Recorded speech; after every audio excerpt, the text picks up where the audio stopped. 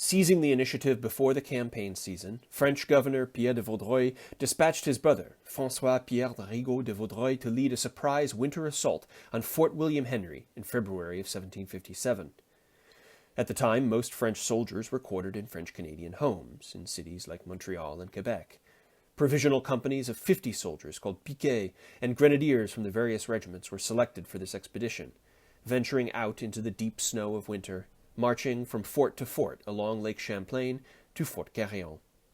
There they would assemble for the last leg of the raid, up Lake George on the ice to the gates of Fort William Henry itself. Along this route, Count Moret de Malartic, aide-major of the Béarn Regiment, wrote in his journal about the equipment and manner of camping used by Canadians and now French soldiers. Arriving at Fort Saint-Jean on the Richelieu River on February 20th, 1757, Malartic wrote, Le 20. J'arrivai à 10 heures du matin à Saint-Jean. J'y trouvai la première division en bataille sur la glace et prête à partir. I delivered them their tarpaulins, bearskins, and marmites, so they would be able to make supper in the woods to the left of the fort. These are arranged very well.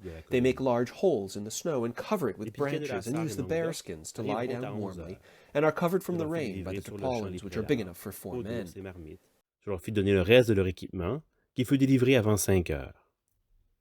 On a pour équipement d'hiver, de plus que pour l'été, I gave them the rest of their equipment, which was issued before 5 o'clock.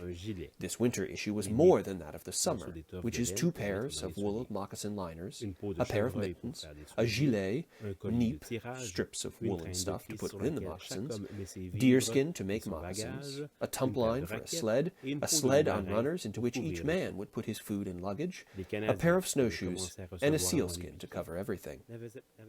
This mode of travel made winter an opportunity rather than an impediment. Once assembled at Carillon, the entire force of Canadians, French soldiers, Abenaki, and other native warriors embarked in 4 columns on the ice of Lake George on March 15th. Though this force failed to take Fort William Henry, over a 5-day siege they destroyed military stores of all kinds, including 300 bateaux, 4 sloops, a sawmill, and more. Native American equipment, clothing, and techniques extended the French military's ability to continue harassing the enemy when most armies were in winter quarters.